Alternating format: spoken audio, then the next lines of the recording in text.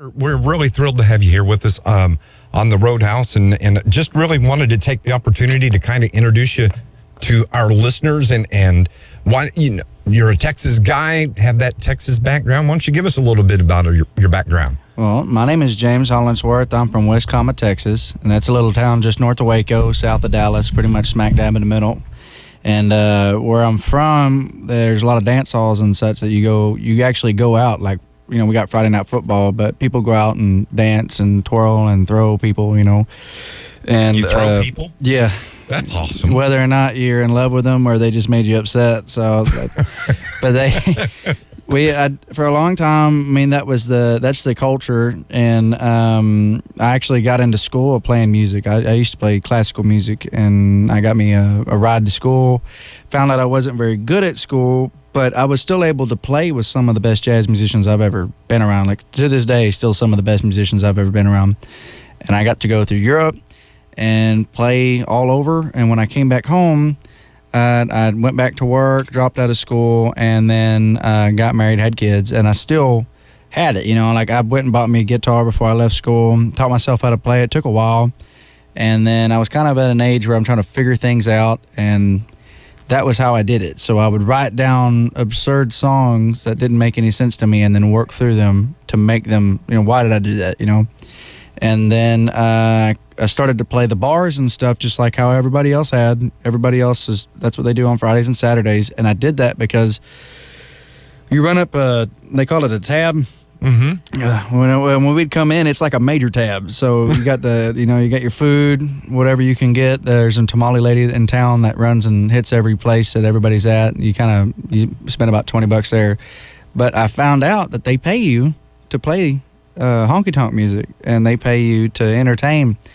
And I figured, man, that ought to cover whatever. And that's basically a free night out, right? If you're already there, you're already going to be there. You make a little money. I didn't know that they give you everything. Not everything, but sometimes they give you like a voucher and stuff for all that. But that's how we started. And then it's been about 4 or 5 years now. I played the Houston Rodeo last year, and then we've been traveling all over to go play. So it's been pretty surreal. This, people may kind of equate Texas music to like Austin City Limits. Yeah. That's kind of how in my opinion, that's kind of how we get our Texas music flavor and what the music scene is like in Texas from maybe like Austin City Limits. Yeah. That music scene in Texas is hot and it's intense. Yeah. It's diverse. It's real diverse. I think what you could get from Austin City Limits is the melting pot of it all. Yeah. The community in it. Because you'll hear everything on there. When you look at I used to watch that old stuff when I was a kid, and I say old stuff, but don't go there. You don't even want to do that. So, but they, really, what you can get from that is those are all people that, for one reason or another, they are heavily enjoying that moment of their lives, and you don't know what they're doing 5 days out of the week. This is the one night. And back then it was every weekend. They started something by doing it every weekend, and they just they hit something in people where they identified with it. And I think you could take that and pretty much stretch it all over Texas. That's what I enjoy about it. When I'm playing down there, I hardly even tell people my name. I don't tell them my name. Do a bit of talking, but when I talk and when people talk down there, they're looking through the microphone or looking at you, and it's a lot more intimate, more like community, and that's what I enjoy about it. Because I had my things I had to do 5 days before I got here, and then I think we're both sitting here kind of enjoying the time that we have to let it all loose. Yeah.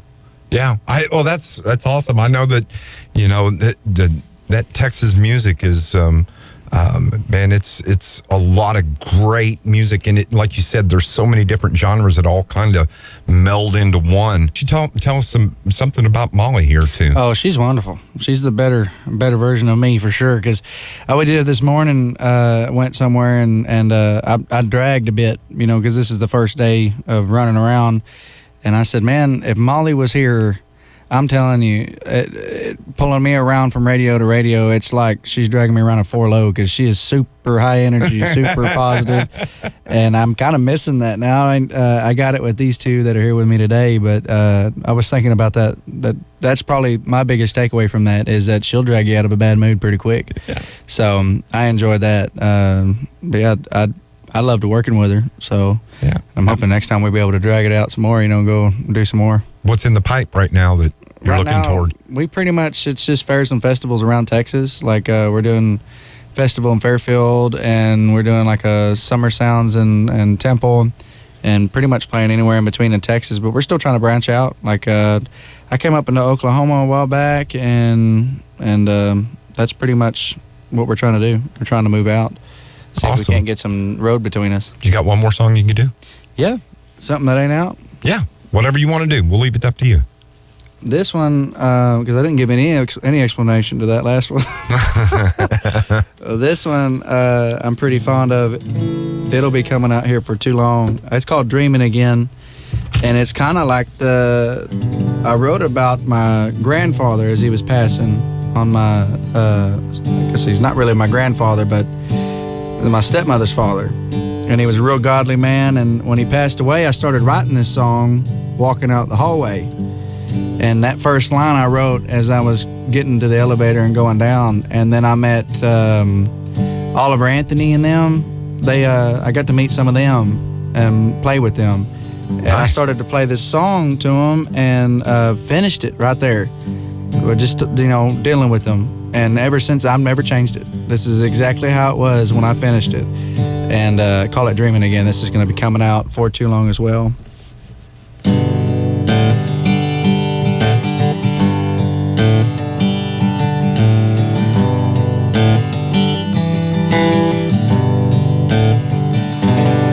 Thank God for the memories, 'cause the memories made me, and I'll forever be always in need of your tender touch. Lord knows I got it rough.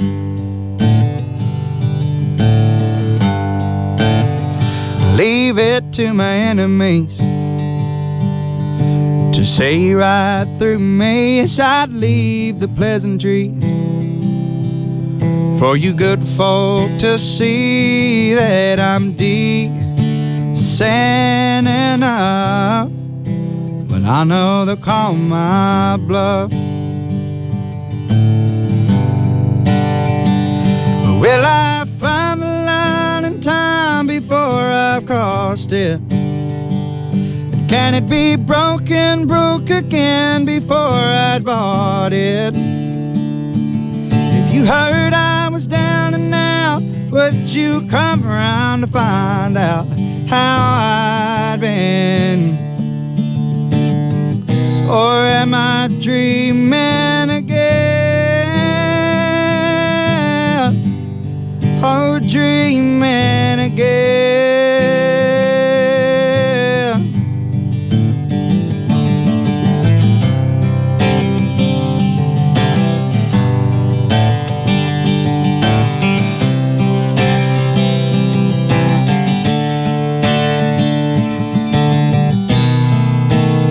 Well, maybe when we're gone from here, it'll all be clear on if we wasted our time on love so fine. 'Cause we leapt like a bull let from a gun.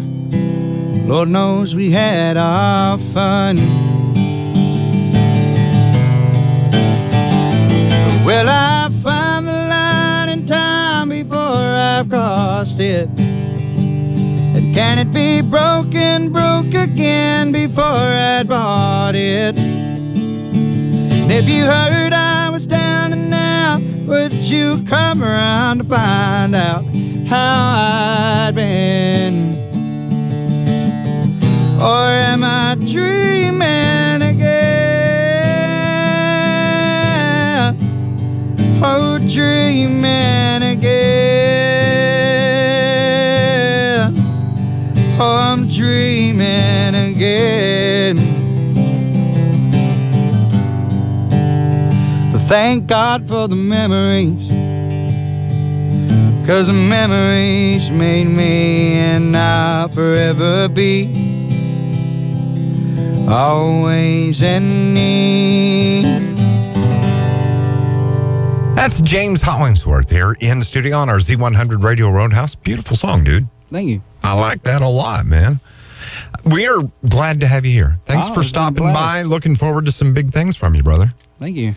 And before we get you out of here, I got what we call the Radio Roadhouse Rapid Fire. Oh, yeah. So it's like 5 questions, just quick answers, however you want to go at it. Number 1, weirdest thing you've signed an autograph?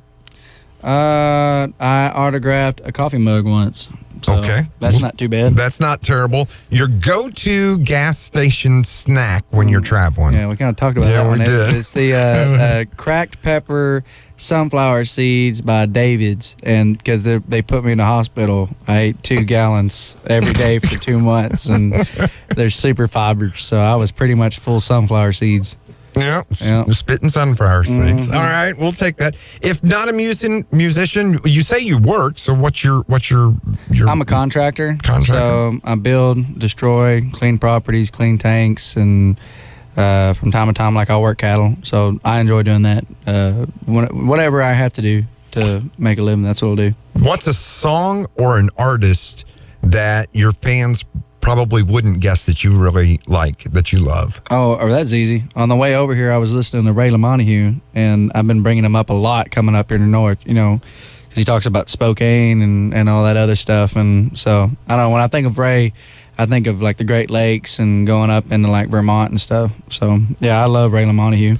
Finally, the worst gig you've ever played, and why? That is hands down. So, there was a bar right around, I can't remember, I think it was out towards a lake somewhere nearby the house, and good people, like really good people, but they told us they'd built a stage, and we went to go play it, and this was the beginning, very beginning, barely, just showing up for fun, right? And this was October, and people that aren't familiar with Texas, but Texas, the weather down there is like a bipolar cousin or something, because you don't know what's coming for you. In October, sometimes you get like a cold snap right before wintertime, and then 100 degrees for the rest of you don't know why. Sure. We got a cold snap that night, and this outdoor stage was 4 pallets on the ground, and there was like 20 people out there playing, and all of them were inside. It dropped down to 28 degrees. I was out there in shorts and playing my guitar. My brother's my drummer. His hands actually started to crack and bleed, and I remember I said, "Hey, is that all right in there? Maybe we could come inside." And they go, "No, just turn your speakers up a little bit. We can hear you just fine." Stay outside. Man, That's awesome. well, thanks, brothers. I enjoyed playing the cold snap with y'all.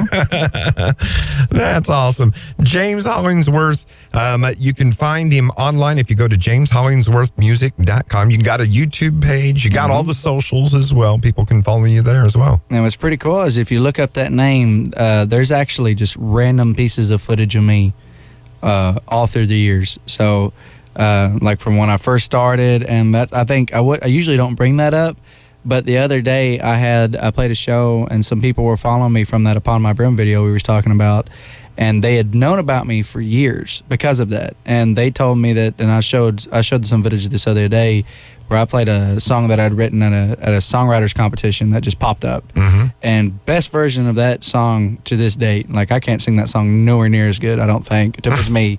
But there's like little snippets, like chocolate covered peanuts, just all over the internet of me. So That's awesome, man. I like that. Well, thank you for coming by. We appreciate it. I know you're going to be making more rounds, but hopefully we'll hear more for you down the pike, man. Thank y'all. Y'all been really kind to me. James Hollingsworth here on your Z100 Radio Roadhouse.